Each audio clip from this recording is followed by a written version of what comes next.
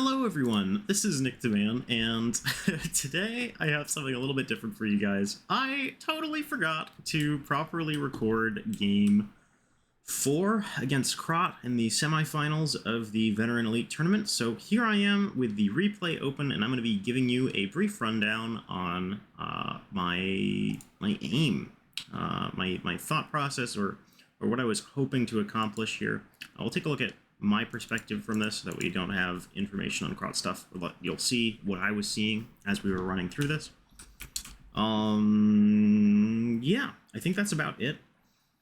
The gist of the plan is pretty straightforward from the get-go. We're going to be deploying a CV here in our spawn, CV over here in Gulf.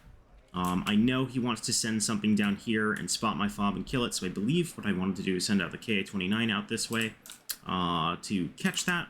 I want to make a play for Delta. He's playing Scandi Mech. I know he's relatively slow. I know that if I use the Urigan and target this region around here, I can slow down whatever mechanized AA pieces he has, automatics, LVKVs, the like. Get the helicopter drop off here with these two squads of Gorna Strelky 90. KA-52 will help keep us secure, give us intel on what's going on. And we can reinforce with these tanks and these ATGM squads across this bridge into this region. And that was the play. We're taking Dimitri. Got some light defense and light AA out here to stop the scout defender. And we're going very, very light over here, as I really don't think he's going to be pushing this two-pointer, given he's playing Mech. So we split off some first couple shots from our opening salvo here. We'll take a quick peek at what's going on over here. And we obliterate his recon team. And you see he pulls his stuff back. Go back to my perspective, but I'm just going to continue to split the salvo to continue to slow him down. KA-52 catches this scout defender.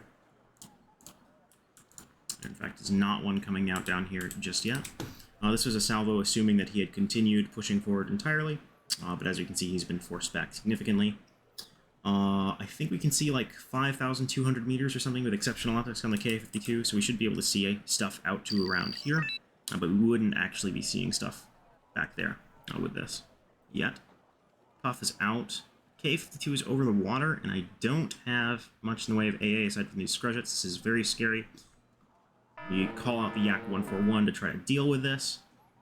It flies over the scrudgets, and as a result, the chip damage plus the Yak being a little bit, connecting properly, we do get that.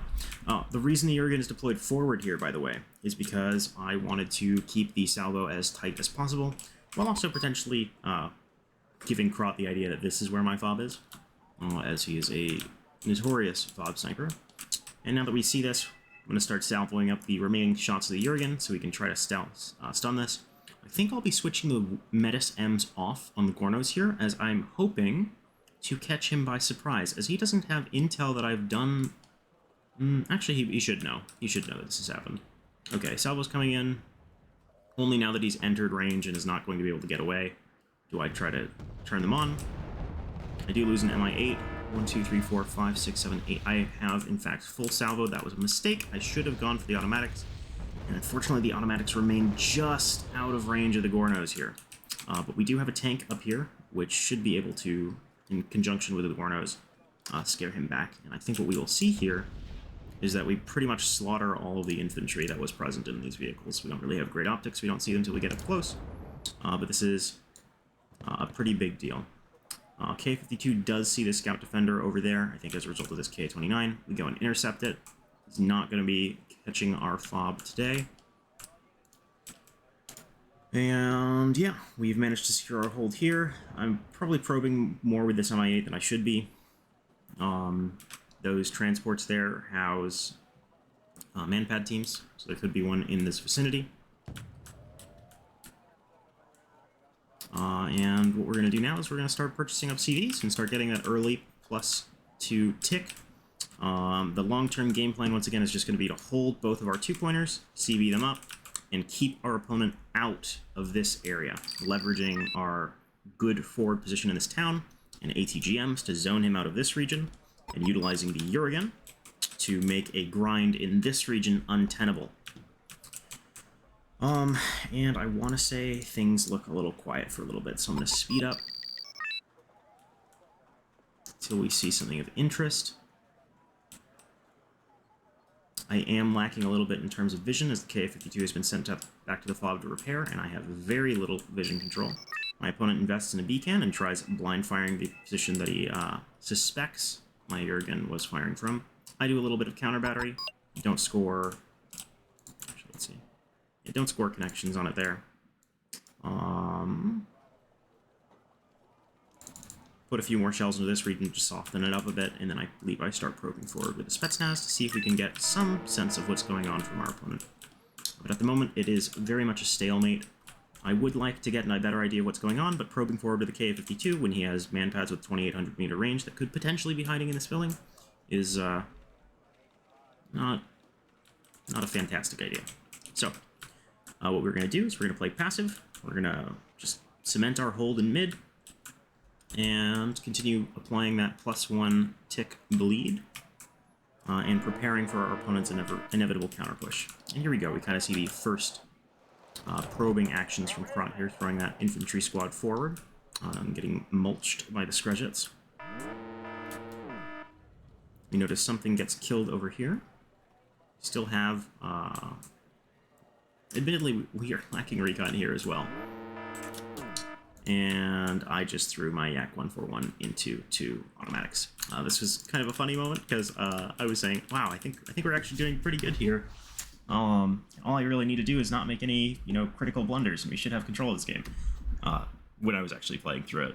And then about 15 seconds later, the Yak 141 ended up looping forward a little bit further. So we know there's a 2 stack of automatics back here that we do need to be watching out for. And our opponent is now shelling the town, which indicates to me that something might be coming into this region imminently. This is the 2 automatics leaving this area. Flexing back to Anna, being spotted courtesy of our VDV-90 in that town.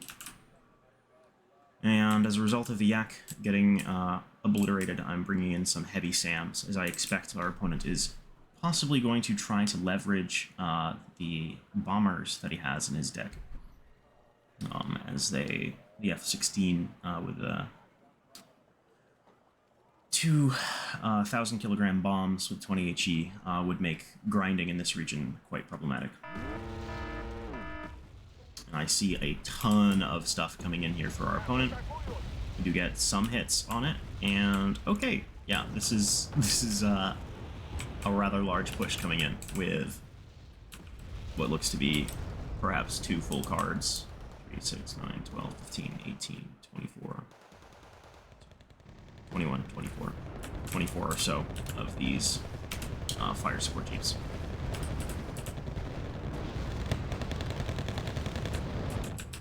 And so we'll push the T-72s up out to the flank to try to suppress this as much as possible.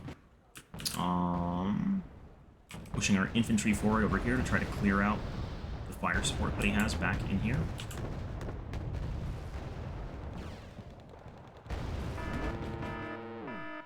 It'd be nice if I had more helicopters, because these, well, it would have been prior to the automatic being spotted. Once again, I think poor control of vision here is proving problematic for me, and oh my goodness, there are so many of these freaking heat guns around that the T-72s are, despite me having 4 of them and an autocannon vehicle, are having trouble managing. And I'm actually getting pushed back.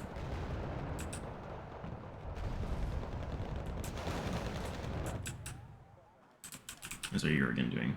Still reloading, because we put some shots back in here at the start. In terms of reinforcements, we have Spetsnaz Gru team, some VDV. We're bringing over 3 BMPTs as the autocannons. I mean, they have enough armor that they'll be able to weather the heat guns from these if they remain.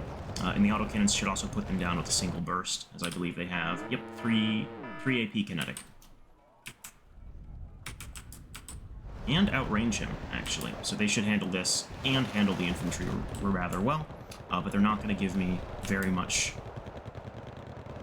They're not going to give me a great fighting chance against Leopard 1A5s, unfortunately. And Leopard 1A5s, in conjunction with all these heat guns, are really putting the hurt on the T-72s. I've only managed to preserve 2 of the 4 or 5 that I had initially. Some careless movement here from the VDV brings them forward. And with the 2 automatics and all this fire support there, they get obliterated promptly.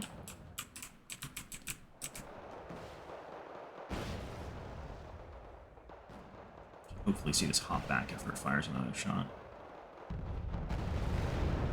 Oh. Perhaps my focus was elsewhere at that moment. What I am doing now is I'm trying to line up my T-72s and fire support vehicles on the road so we can provide fire support down this lane without exposing ourselves to the tanks. And we're trying to keep our infantry deeper in the buildings so we can deal with these things as they get flung forward, hopefully without getting mulched by the automatic. Fortunately, this tiny little gap allows these guys to be suppressed, so we pull them back after they get crippled. And the Jurgen's finally up. I think I'm full salvoing here.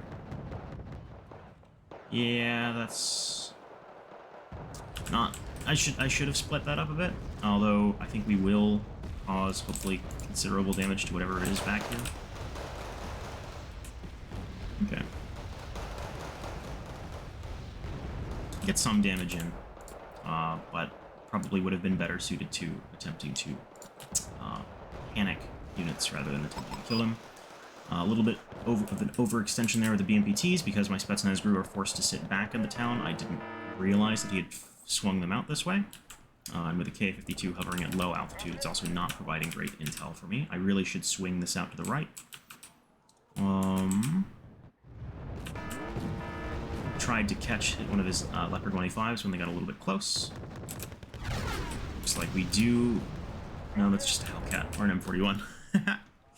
But, yeah, this has become very awkward for us, and now Krot is pushing with 5 Leopard 1A5s across the open here, as I was hoping to bring in some Gornos to fill the town with and knock these back.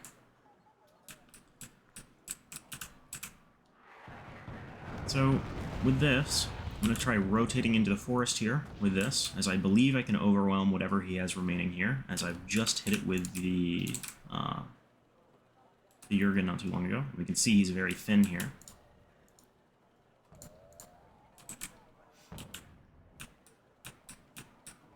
But this is still a very concerning amount of tanks for our opponent to have. And hopefully once we get the Gornos into the town, we can start zoning them out a bit. But for now, we are still... This is still a rather precarious position for us at the moment.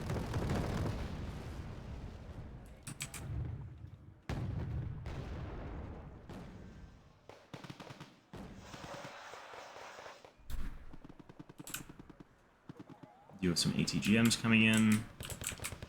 BDV is creeping up for a side shot opportunity on one of the tanks. And we'll hopefully hop back after it takes that. Yep, okay, cool, excellent. That's one down for free. We do lose it anyways. It does swing out to the right of town. Zone is still neutral. I finally realize that my Gornos have been sitting there and begin issuing them orders to move forward. BMPTs and VTRTs have enough armor to kind of shrug off the Carl Gustavs of the Livgarden, and so are sweeping them.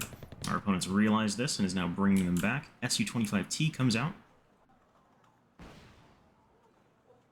And misses, even on Elite. I'm playing a very dangerous game here with the automatics. Yeah, I got a little bit too close, and so I'll be evacuing that. Pushing for the kill on the CV. One of the BMPTs is able to knock out one of the automatics, and kills the second as well, actually.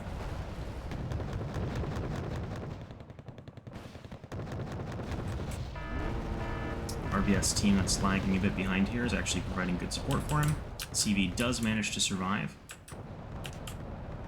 But now our opponent has no AA, and we have 2 K-29s, an MI-8, and MI-8. We should be able to leverage those, and our Gornos are now moving into position to begin zoning out as tanks. And these do have enough AP to one-shot these Leopards, so they are going to be very, very handy here. And we can see that this... Okay, actually... Oh, stabilization malfunction, it reverses. The T-72 is gonna win on kind of its improved aim time, actually, there. Because it's worried versus the panicked Leopard 1A5 and 02. We do get traded out because there were 2 there. the automatics down, we're free to harass these rocket pods. Obviously, they're heavily armored, so we're not going to make exceptionally quick progress on them.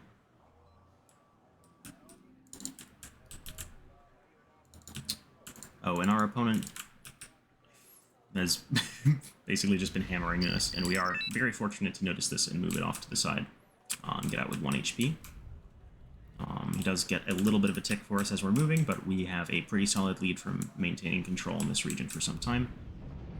If the Gornos or the rocket pods on this MI8 end up picking off another one of the leopards over there, in fact, that's both of them dead. We can see that now 4 of the 5 Leopard 1A5s have perished.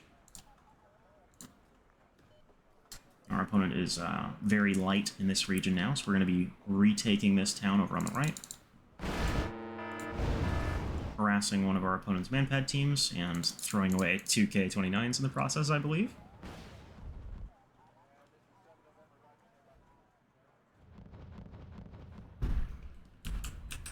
Hopefully the Gornos will catch the FSK alongside the Screjets. Looks like that's 1 squad dead.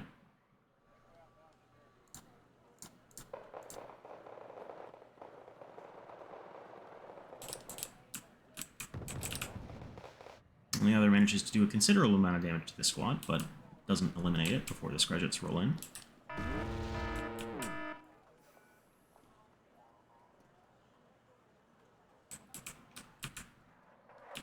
The Jurgen. As ammo, it looks like the BTR-90s are enough to clean this up. Some more Spetsnaz crew squads coming in. The 5-man teams of Eric squads just don't have the durability to stand up for the grenade launcher long enough. And so I see this LVKV-90 coming out here. And then we see some more. And I realize, okay, my opponent's about to make a push on my 2-pointer. We can bring out the SU-25T.